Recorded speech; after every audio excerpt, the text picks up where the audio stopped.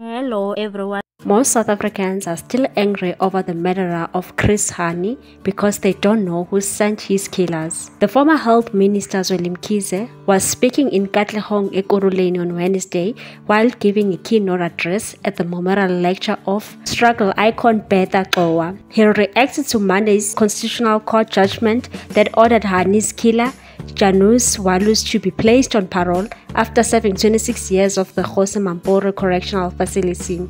The Polish immigrant who killed anti-apartheid activist Chris Hani in 1993 became eligible for parole in 2005, but the unanimous decision by Concord was met with extreme backlash, with some saying the justice system had failed the Hani's family. Zweli Mkhize said, "We feel the pain that Hani's wife, Mam Limpo, feels. Chris Hani was a source of hope and inspiration even when things were difficult. When Chris Hani came around, just his mere stamina got you to say, 'We are going to war.'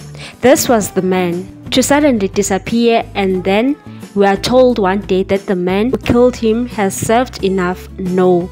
Mkhize continued that what was unfortunate about the court's ruling was that it coincided with Supreme Court of Appeal judgment that former President Jacob Zuma's release on medical parole was irrational.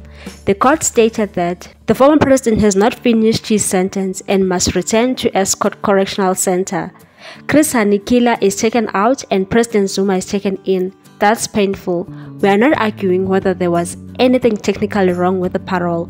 That's for lawyers. What hits us is what we feel. By the way, comrades, don't misunderstand us. We voted for the Constitution, we support it, we support the law, we respect the law, and we don't believe anyone is above the law.